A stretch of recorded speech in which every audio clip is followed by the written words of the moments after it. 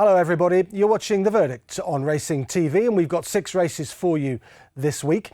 We'll go to Kempton Park on Wednesday night for a couple of interesting 2-year-old performances and then we'll head to Newbury on Saturday and take in 3 races that will run in quite attritional conditions, and we'll also go to Cheltenham on Saturday for a decent looking hurdle race, dipping our toe into the National Hunt game. But it's Kempton where we start on Wednesday night with a nice 2-year-old colt trained by Charlie Appleby, ridden by James Doyle, and it was Bay of Honour who was the well-backed favourite for the Novice Stakes at 7 o'clock. The trip was 7 furlongs and Bay of Honour gets the better of Wineglass Bay, and back in third was Wooderton. So let's have a look and see how this race panned out. Bay of Honour jumped out of stall number 2. Wineglass Bay came from 9. Wooderton, the third horse, came out of stall number 5. And I want to highlight an eye catcher for you from stall 12. It's Super Lover, who came home very strongly in the closing stages. So just worth watching this horse as we send them on their way for this good-looking Novice Stakes. It was an even sort of pace early on. They didn't go mad. And the winner gets a good sit just in behind the speed. It is Wooderton who will take them along in the yellow hat and the green sleeves, and Bay of Honour, who's jumped quite well and has now grabbed the bridle. He's sat just in behind the speed in about 3rd place. Pick him up there in the Godolphin blue, slightly hidden away as they go and hit the bend. But there he is, he's not too far off the speed. That's probably a good thing really, because they went steady enough, and they certainly steadied around this bend according to the course track sectionals. And the finishing speed percentage tells us all we need to know about the race, 107.91%. So the winner here has finished off 7.91% faster through the last 3 furlongs than he ran the rest of the race. So essentially, he's won this race by quickening up better than everything else. Just shuffle back a little bit there. He's caught a little bit flat-footed here. James Doyle's just niggling away at him, and he just takes a while to find top gear, but when he does, he comes home very strongly. His final 3 furlongs were good, 34.39, the fastest final 3 furlongs in the race. But it was his 6th furlong now when Doyle really grabs hold of him, and this horse realises what he's got to do. When he goes from the 2 to the 1, he does so in 10.96 seconds. No other horse was able to do that in the race. No one could get near that. And it was that furlong, that 6th furlong, that sealed the deal. And then the momentum from that just took him to the line for a cosy half-a-length success over Wineglass Bay, with Wooderton sticking on for 3rd place. This is a good effort from this horse, who was very green and raw on his debut, and he didn't flash a lot of ability, but he was well backed. They backed him again this time and they got their money back. They clearly know that they've got quite a decent horse on their hands. The eye catcher, well, from stall 12 has run an absolute blinder. Super Lover's the name for your Racing TV tracker. And this horse was the 2nd fastest horse home in the final 3 furlongs, 34.44. He could only get himself into 5th place, running on there with the white sleeves and the white cap. But that was a tremendous effort from this horse, from a wide draw, coming home strongly. And he'll win one of these on the all-weather, make no mistake about it. So let's sum up what we saw out there on Wednesday night in that particular Novice Stakes. Bay of Honour winning nicely. It was a steadily run race with a fast finish. Final 3 furlongs, 34.39. The winner really picking up when James Doyle asked him. He did take a while to find that particular turn of foot. He hit top gear though in the 6th furlong. Course track sectionals, 10.96 seconds for him, much quicker than anything else in the race, and that sealed the deal. He was very green and raw on his debut. He looked better this time, but still green, I thought, a little bit on and off the bridle. He'd certainly learnt from his debut. There's definitely more improvement to come though. Lovely pedigree. He's by Shamadal out of a Dubawi mare. It's a familiar Godolphin cross, and I think they're certain to do really well with this horse. And we've got a Racing TV tracker horse, the one that finished in 5th place, 2nd fastest home through the final 3 furlongs in 34.44. That was Super Lover. On the same night that we saw Bay of Honour win, we saw a nice filly win Division 2 of the Novice Stakes, and that filly was Orzo. It was a 16 to 1 shot, not strongly fancied in the market whatsoever. And she won the 6:30 contest at over 7 furlongs, beating Shout Out and Bush Creek back in 3rd place. was a good performance from her. She was on debut. She jumped from stall number 6.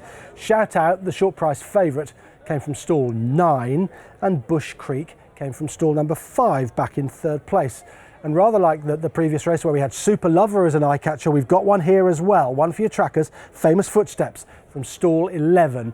Just keep an eye on this horse and what happened to Famous Footsteps through the race. Send them on their way then.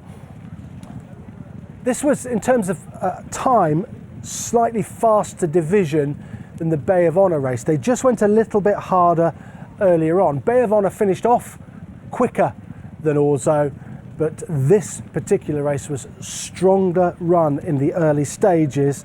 106.1 the finishing speed percentage here, and you're remembering that the previous race was 107.91. So they've gone a little bit harder here, not finished off quite as quickly. The winner is on the rail in the yellow colours in 5th place, travelling quite strongly here in the stripes there, the yellow cap.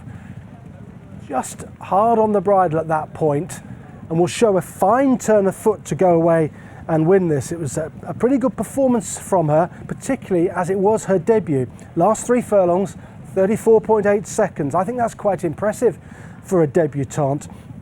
And her final time, 1:26.15 compared to 1:26.59. That's what Bay of Honour did, so quicker than Bay of Honour, courtesy of a stronger run race. And there she is, firing those last 3 furlongs in 34.8 seconds. Compare with Bay of Honour, 34.39, so he was a bit quicker through the last 3. But she's done this well. Look, she's eased down in the closing stages. She hasn't got a fantastic pedigree, although the dam was a Grade 3 winner in Argentina, and she's clearly pretty useful, I think.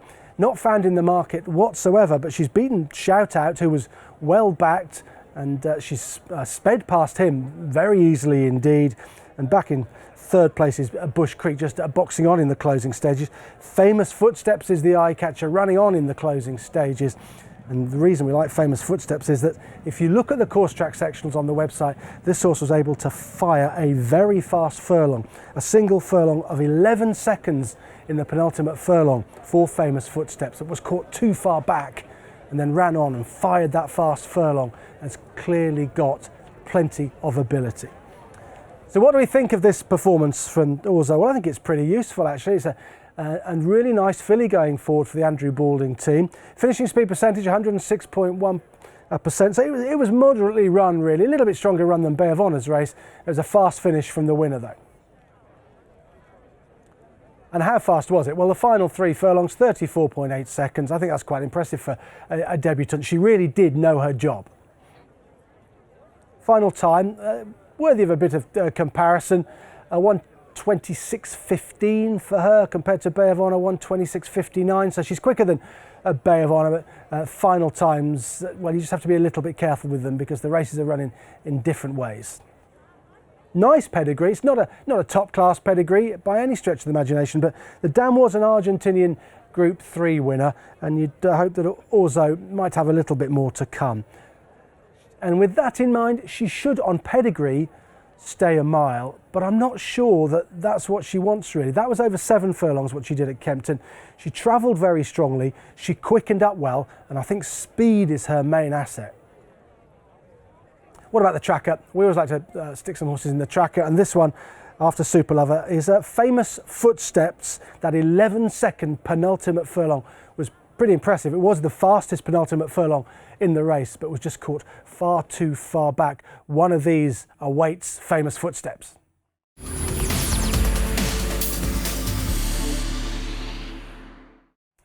Time now to turn our attentions to Newbury on Saturday. We're going to have a look at 3 races from there. We're going to start with the Horace Hill. 7 furlongs on ground described as soft, heavy in places, and that really does affect the times and the sectionals that we saw out there on Saturday.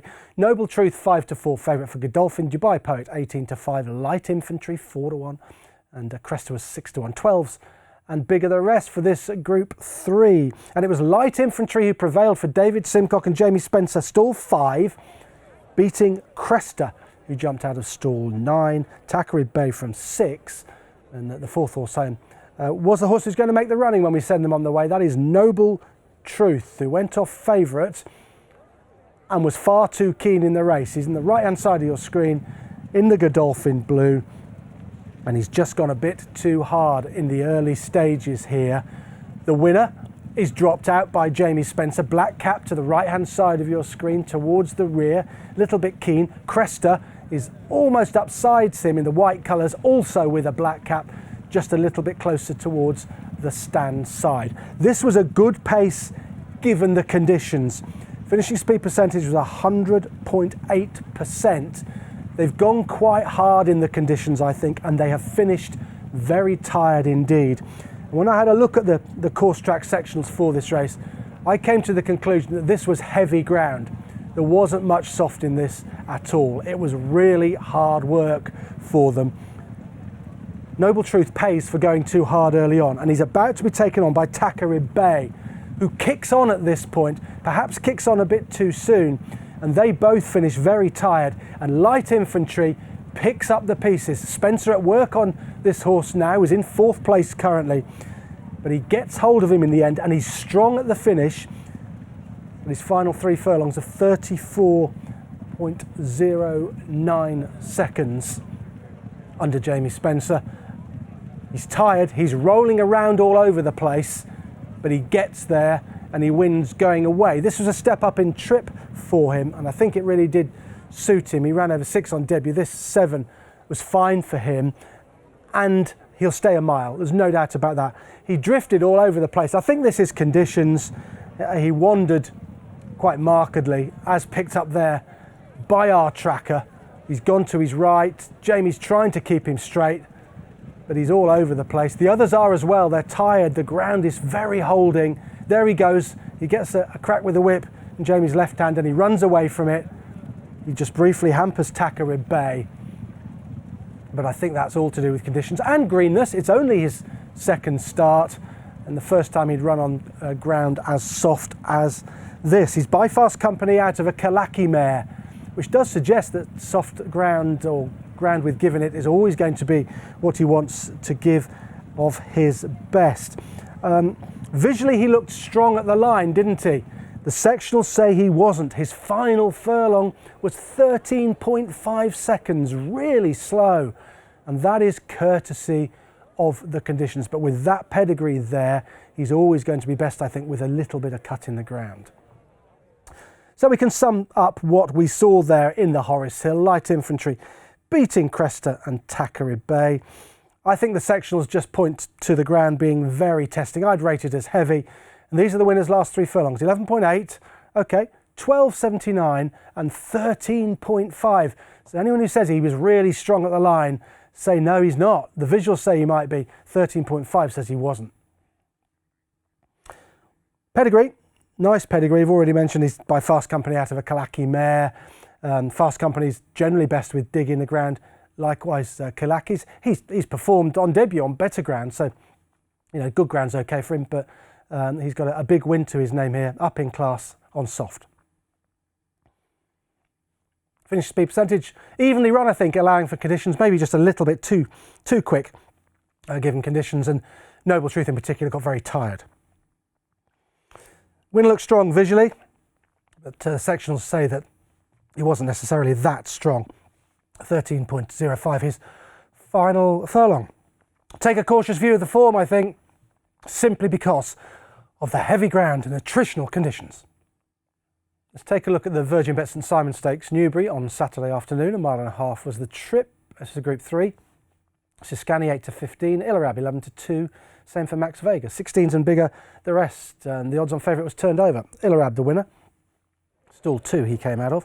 Max Vega was second from stall 4. Mirando third from 7, and the favourite very disappointing from 1, Siscani. Let's send them on their way then. And the first thing to note really is Illarab's tardy start. Very slowly into stride, wasn't he? But the early pace through the first couple of furlongs was quite strong. And Tom Marquand was able to just sit where he was. There was no point trying to rush him up, given that they were going quite a strong gallop. You can see how well strung out they are at this stage of the race. And I think overall this was a quick, slow, relatively quick finish race.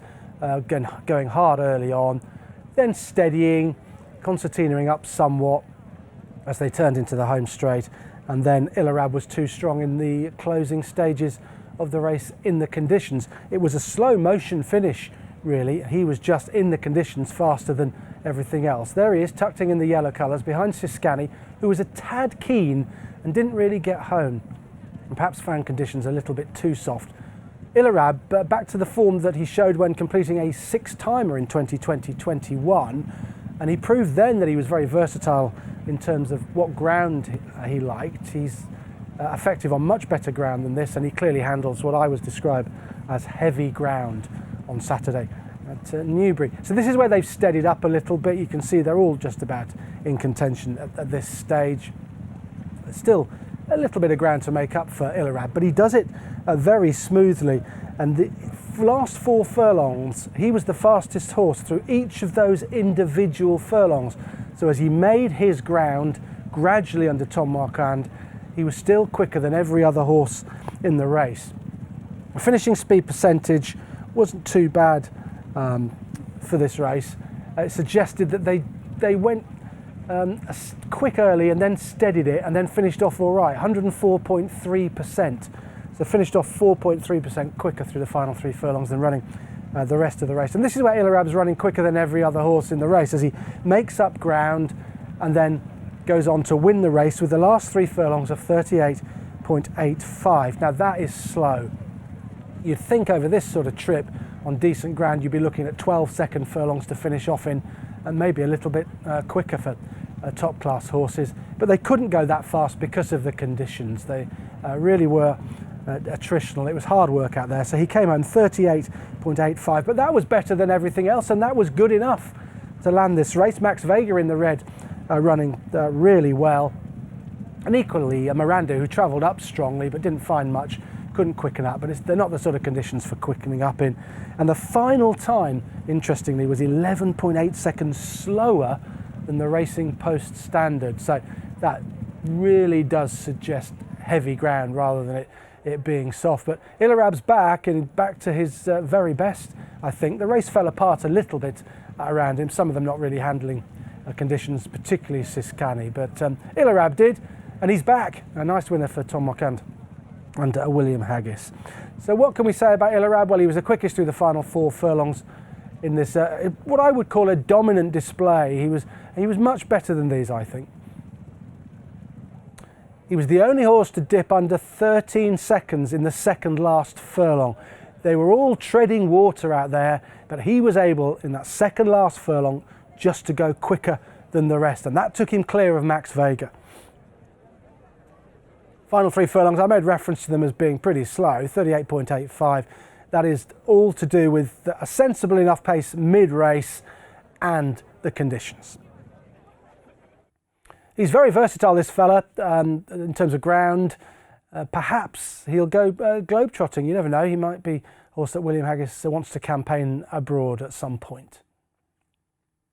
And the final time, this is what tells me about the ground being heavy, really, because this wasn't a crawl, this race necessarily, but it's 11.8 seconds slower than the Racing Post standard. So you have to conclude it was heavy ground, and it was handled best by Ilarab.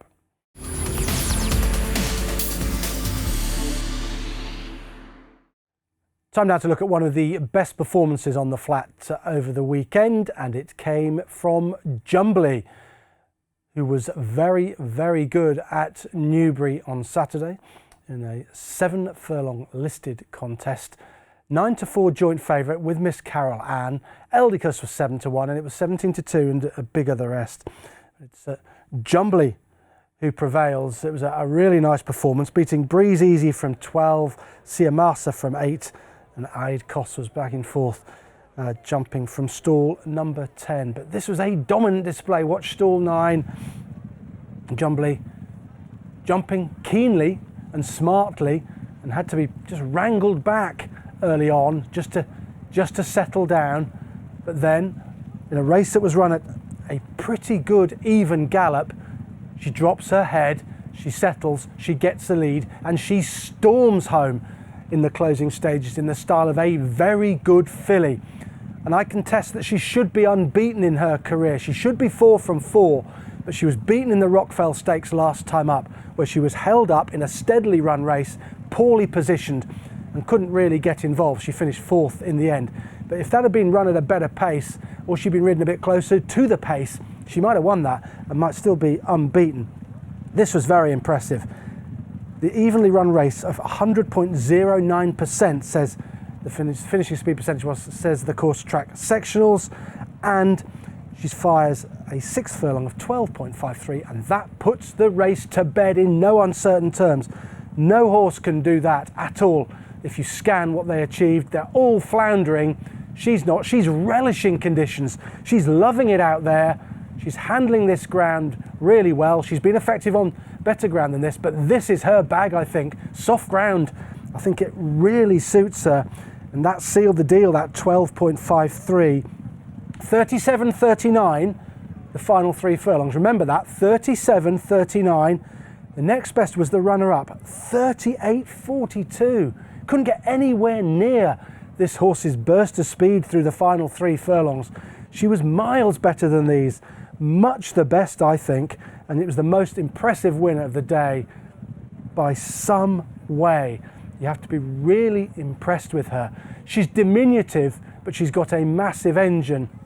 Whether she'll train on or not next year is an interesting question, but her dam was very useful. She trained on and got better and better with age, so there's plenty of hope in the pedigree that she will get better. And I think she's a more than useful horse going forward to next year. And surely a Guineas trial awaits this filly, who was very impressive indeed. Evenly run race, that suited her because she's got speed and she can be keen. She wants to do a bit too much, but she settled for Holly Doyle. She got her in behind and settled, and that 100.09 finishing speed percentage meant they went a good gallop, and that suited her. 6th furlong, 12.53, that sealed the deal. Nothing could go that speed through that furlong, and she put the race to bed very quickly. So have a look at the final 3 furlongs, 37.93. That's significant simply because of what the others could do. That puts it into context. They couldn't get anywhere near that. The runner-up 38.42, the rest of them in the 40s. She was far too quick for them in the final 3 furlongs. Should be unbeaten possibly, that's my contention. I think she might well have won the Rockfell Stakes if things had panned out better for her. Right, soft ground. I think this is the most important point to make about her. I think that performance we saw there is of a really good filly, a top-class filly, but she might only be able to produce that kind of performance when she gets soft ground. This is a soft ground pedigree. The progeny of Glen Eagles like cutting the ground, and the mare is by Selkirk, and we know that Selkirk's anything to do with Selkirk relates to soft ground really. So I think she'll always be better on the kind of conditions that she encountered at Newbury, and she was just about the only horse on the day to surge through the ground and hit the line well, and therefore it was the most impressive performance of the day by some way. Remember the name, Jumbly. Time to go jumping here on the verdict for the final race that we are going to look at. It's the Matheson Holdings hurdle, 2 miles and 87 yards. The trip and joint favourites, Tritonic was 11-8. Stepney Causeway was the same. I like to move it, 100-30 and weak in the market. And 2 shots of Tequila, 80-1. We'll have a look at them from the start, and then we'll move on to just before 4 out. The winner, just towards the outside there. There's the second Tritonic, and 3rd Stepney Causeway. I like to move it, getting the job done despite being a drifter in the market. And the order was established quite early. Harry Skelton wanting to make the running on Stepney Causeway. As they jumped the first, Tritonic dropped in, and the winner sat in 2nd place. Little changed from that point, given the steady pace that they went. In fact, they crawled for 12 furlongs in this race, according to the course track sectionals. There's Tritonic. Oh, he's just fluffed that one. That's 4 out. The only mistake he really made. But that didn't help his cause. In the end, though, he is well beaten by I Like to Move It, who'd won on his previous start at Worcester, where he had jumped appallingly. He didn't jump well at all, and he won despite his poor hurdling technique. Here he jumped better, but still there's a lot of room for improvement, and therefore I think there's a lot more to come from him. Now this race was run roughly at 14-second furlongs throughout until the top of the hill, and Skelton kicked. Harry Skelton went on Stepney Causeway, and he went from a 14-second furlong 12 to furlong 13 of being 12 seconds. He really stepped it up. So they crawled for 12, then they went hard down the hill. Maybe Stepney Causeway did a bit too much a bit early and paid for that when he had to come up the hill the other side. Tritonic under pressure at this stage. Skelton trying to steal a march, but I like to move it. Big, strong, rangy individual has got his measure, and he stays on really well. And his final furlong, the 16th furlong, was 14.03. That's pretty good. He was very strong at the line, much stronger than his rivals according to the numbers. Tritonic tries to rally there, but he's hanging to his left, and he makes no inroads on a horse who I think is going to be pretty useful going forward. I like to move it, particularly, I would say, when stepped up to 2.5 miles. He looks like he stays very well. And this is a good level of form, for remember that Tritonic won the Adonis last year, and he's a useful flat horse. His jumping could have been a little bit better on Saturday, but bar that one mistake that we highlighted 4 out, he was okay at his hurdles, and I like to move it was not much better. So I think this is form to be trusted, and I like to move it. He's a really interesting horse for the Twiston Davises going forward. Look at him there, very strong at the line with that final furlong of 14.03. So what did we see out there at Cheltenham on Saturday in this hurdle race? Well, we saw a steadily run race in the early stages. They crawled for 12 furlongs, but overall the time was good because they picked it up quite a long way out, and it was just 0.85 slower than the Racing Post standard in the end. Harry Skelton kicking at the top of the hill and dragging his rivals to a good time. The pace really did pick up coming down the hill. You would expect that to a degree, but it was quite a dramatic increase. The sectional show that it was steadily run for the first 12, roughly 14-second furlongs, and then 12-second furlong for the 13th when Skelton said, "We're off here, we're going to go and try and steal this." But he couldn't shake them off. Final 3 furlongs, quite interesting. 42.43 for the winner, 42.59 for Tritonic. Tritonic was at a slight positional disadvantage, and he's come home relatively well, but he could never get to the girth of the winner. I thought Tritonic got tired. He's had a relatively busy time on the flat, but I think he's quite a useful hurdler. Maybe a flat track will suit him. Remember, he was good when he won the Adonis at Kempton. That flat track, sharper track, that might be more his bag. There's a very strong finish from the winner, really, and Tritonic, who hung to his left late on under Adrian Heskin, was just getting a bit tired up the hill. What about the winner then? He jumped better this time. He was poor, really poor if you watch the Worcester race. He still won. That's tantamount to his ability, but he did jump a bit better here. Still room for improvement. And if he gets slick at his hurdles, he's going to be a really good recruit, this fella. What about the form overall? We trust it? Yeah, I think we do because of the way the race was run and the horses that were in behind. I think it's a very useful level of form for this early part of the season, one of the best hurdles that we have seen so far. So that was the first jumps race that we featured on the verdict for some time. Plenty more to come, of course, as we work our way into the jump season proper. It's really kicking into gear now. I hope you enjoyed looking back at the flat action as well from Newbury and from Kempton Park. A couple of eye catchers for you there for your racing TV trackers. And the star on the flat of the weekend, there's no doubt about it, it was Jumbly. Bye-bye for now.